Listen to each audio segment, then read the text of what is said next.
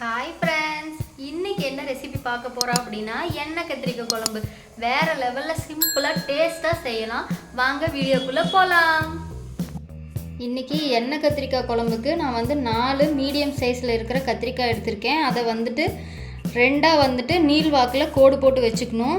அறுத்ததுக்கப்புறமா உள்ளே ஏதாவது பூச்சி புழு இருக்கான்னு சொல்லி செக் பண்ணிக்கணும். நான் செக் பண்ணிட்டேன், எதுவும் இல்லை.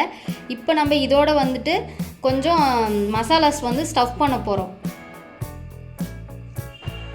ஃபஸ்ட்டு கொஞ்சமாக தயிர், தேவையான அளவுக்கு கரம் மசாலா தூள், ஒரு 2 ஸ்பூன் வர அளவுக்கு எல்லாமே சேர்த்துக்கோங்க. மல்லித்தூள்,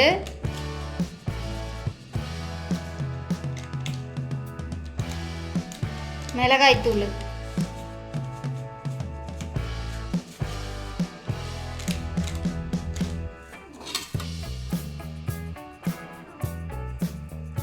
இதை நல்லா நம்ம கலந்துட்டு கத்திரிக்காய்க்குள்ளே ஃபுல்லாக ஸ்டஃப் பண்ணிட்டு ஆயிலில் ஃப்ரை பண்ணி தனியாக எடுத்துக்க போகிறோம். அதுக்காக தான் இந்த மாதிரி மிக்ஸ் பண்ணுறது. இது எக்ஸ்ட்ரா ஆகிடுச்சுனாலும் ஒன்றும் பிரச்சனை இல்லை. தனியாக கடைசியாக எடுத்து வச்சுருந்துட்டு குழம்போட ஒன்று சேர்த்துக்கிட்டால் டேஸ்ட் இன்னும் அதிகமாக இருக்கும். நான் ஸ்டஃப் பண்ணிட்டு காமிக்கிறேன்.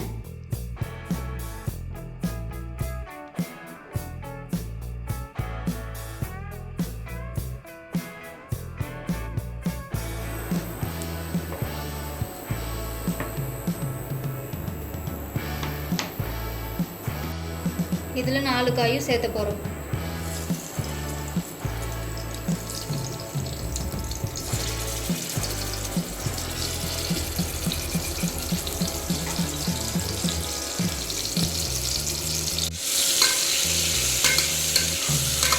ரெண்டு சைடு நல்லா பெரட்டி விடுங்க. இது கொஞ்சம் கலர் சேஞ்ச் ஆகணும்.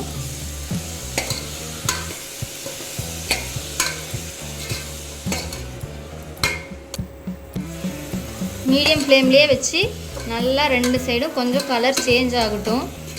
கொஞ்சம் இந்த காய் சுருங்கும், உங்களுக்கே அந்த டிஃப்ரென்ஸ் தெரியும். அப்போ தனியாக எடுத்து வச்சுட்டு நம்ம தாளித்து விடலாம்.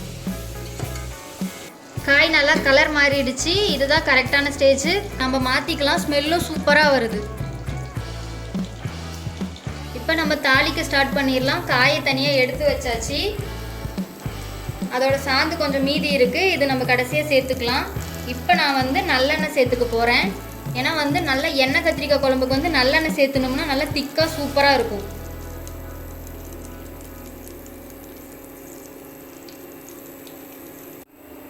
வெந்தயம், கடுகு,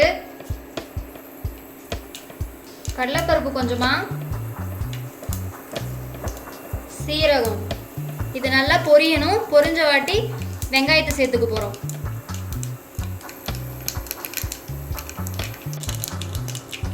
சின்ன வெங்காயம் ஒரு 10 பல்லு, பெரிய வெங்காயம் மீடியம் சைஸில் கட் பண்ணி வச்சுருக்கேன். பூண்டு ஒரு 10 பல்லு, 3 காஞ்ச மிளகா, இதை தான் நம்ம சேர்த்துக்க போகிறோம்.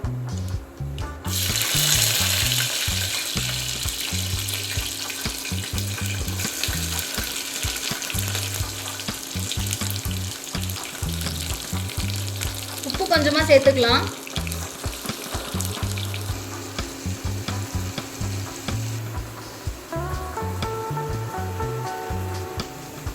வெங்காயம் நல்லா வதங்கிடுச்சு. இந்த ஸ்டேஜில் நல்லா 2 பெரிய சைஸு தக்காளி நல்லா கொலகொலன்னு இருக்கிற காயாக பார்த்து எடுத்து கட் பண்ணி போட்டுக்கணும்.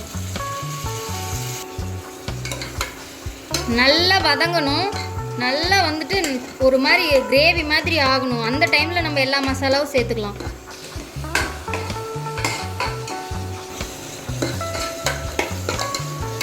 ரெண்டு கொத்து கருவேப்பிலை சேர்த்துக்கலாம். நல்லா வதங்கிடுச்சு. இப்போ மஞ்சத்தூள், குழம்பு மிளகாய் தூள், நல்லா குழம்புக்கு தேவையான அளவுக்கு ஒரு 2.5 ஸ்பூன் வரும். சாம்பார் பொடி,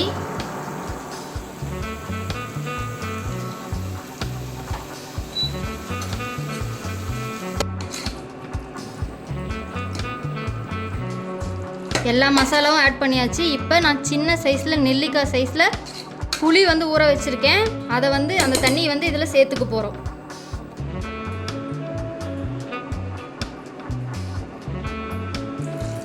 புளி தண்ணி ஃபுல்லாக சேர்த்துக்கலாம்.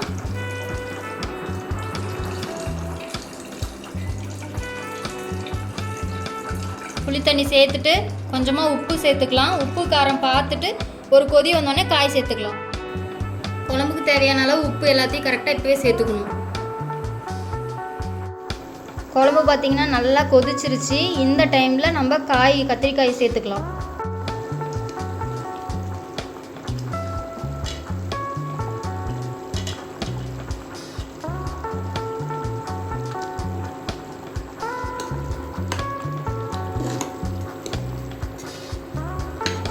குழம்புக்கு உப்பு காரம் எல்லாத்தையும் இப்போவே பார்த்துட்டு நீங்கள் காயை சேர்த்துட்டு காய் நல்லா கொதிச்சுதுன்னா குழம்பு இன்னும் கெட்டியாகும்.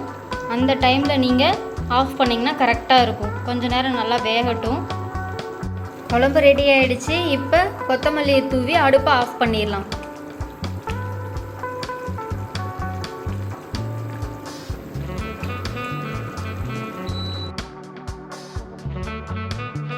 ஃப்ரெண்ட்ஸ், ஃபைனலி எண்ணெய் கத்திரிக்காய் குழம்பு ரெடி ஆகிடுச்சு.